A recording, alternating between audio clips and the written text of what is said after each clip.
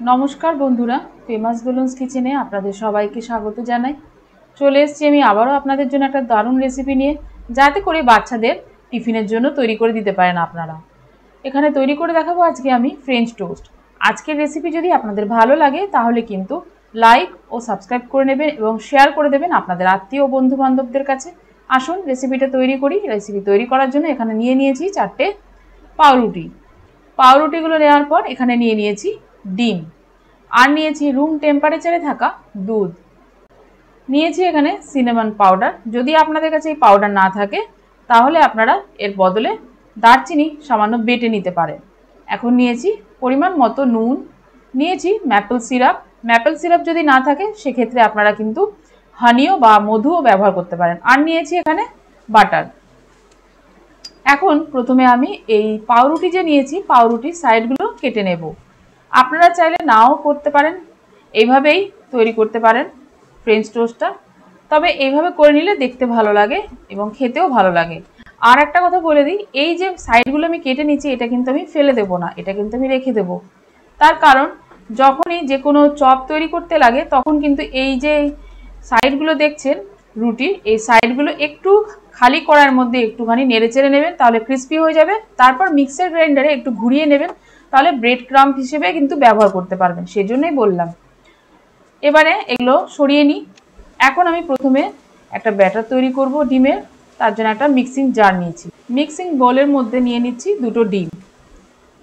ডিম যখনই নেবেন ডিম কিন্তু একদম রুম টেম্পারেচারে থাকা ডিমই ব্যবহার করবেন, ঠান্ডা ডিম ব্যবহার করবেন না।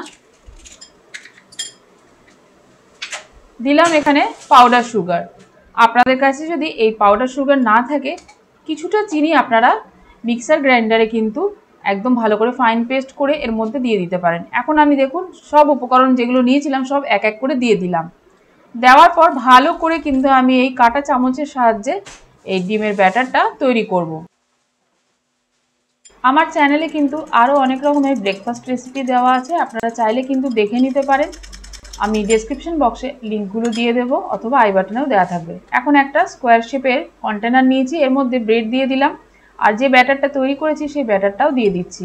এভাবে এপিট ওপিট করে ভালো করে মাখিয়ে নিচ্ছি।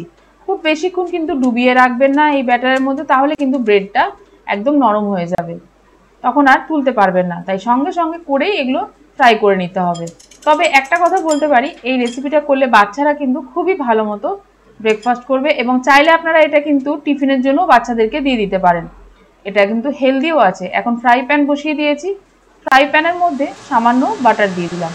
বাটার ভালো করে মাখিয়ে নিচ্ছি। বাটারটা গরম হয়ে যাওয়া পর্যন্ত আমি অপেক্ষা করব। বাটার ভালো করে গরম হয়ে গেলে আমি যে পাউরুটিগুলো তৈরি করে নিয়েছি ব্যাটারের মধ্যে সেগুলো কিন্তু দিয়ে দেবো। এখানে আমি একটা একটা করে ভাজিনি, এখানে আমি একসাথে দুটোকে জয়েন করে ভাজছি। আপনারা চাইলে সিঙ্গেল ব্রেডও ভাজতে পারেন। এখন কিন্তু গ্যাসের ফ্লেম একদম লোতে রেখেছি, লোতেই রাখবেন, এর থেকে কিন্তু বেশি বাড়িয়ে দেবেন না, তাহলে উপর উপর ভাজা হয়ে যাবে, ভেতরটা কাঁচা থাকবে। আস্তে আস্তে এইভাবেই কম আঁচে ভেজে নিতে হবে। দেখুন আমি কিন্তু ডবল পাউরুটি দিয়েছি।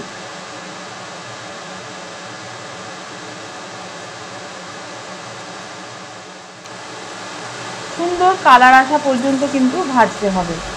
আজকের রেসিপি যদি আপনারা আমার ফেসবুক পেজ থেকে দেখে থাকেন তাহলে কিন্তু পেজটা ফলো ও লাইক করে নেবেন।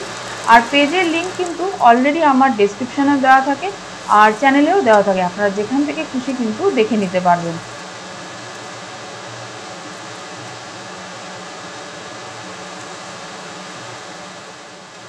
আর এখন আমি দুটো খুন্তি দিয়ে ভালো করে চেপে চেপে সব চারদিকটা ভেজে নেব।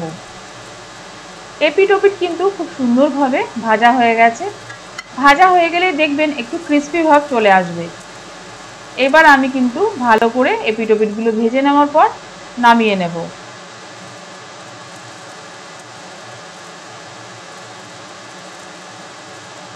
তাহলে দেখলেন আজকের এই রেসিপিটা কত ইজি আর খুব কম সামগ্রী দিয়েই কিন্তু আপনারা বাড়িতে খুব সহজেই বাচ্চাদেরকে একটা মুখরোচক টিফিন তৈরি করে দিতে পারবেন।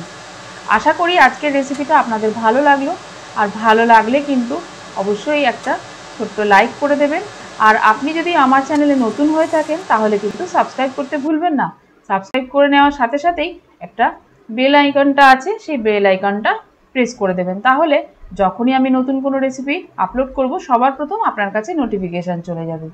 দেখুন ওপর দিক দিয়ে একটু পাউডার সুগার ছড়িয়ে দিলাম।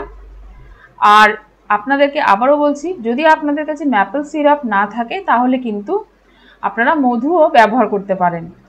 আর যদি মধু কোনো বাচ্চা কাচ্চা খেতে না চায় তাহলে স্কিপ করে যাবেন, তাতেও কিন্তু এই রেসিপিটা ভালো লাগবে। দেখুন আমি একটু ম্যাপল সিরাপ ওপর দিক থেকে ছড়িয়ে দিচ্ছি, আর এটা যাতে খুব সুন্দর লাগে দেখতে তার জন্য আমি এর উপরে একটু কয়েক টুকরো ম্যাঙ্গো স্লাইস দিয়ে দিলাম।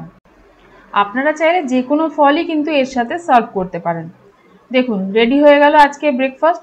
আবারও আমি চলে আসবো আপনাদের জন্য একটা দারুণ রেসিপি নিয়ে, যাতে করে আপনারা খুব সহজেই বাড়িতে তৈরি করতে পারেন। আজকের মতো এই পর্যন্তই, ধন্যবাদ।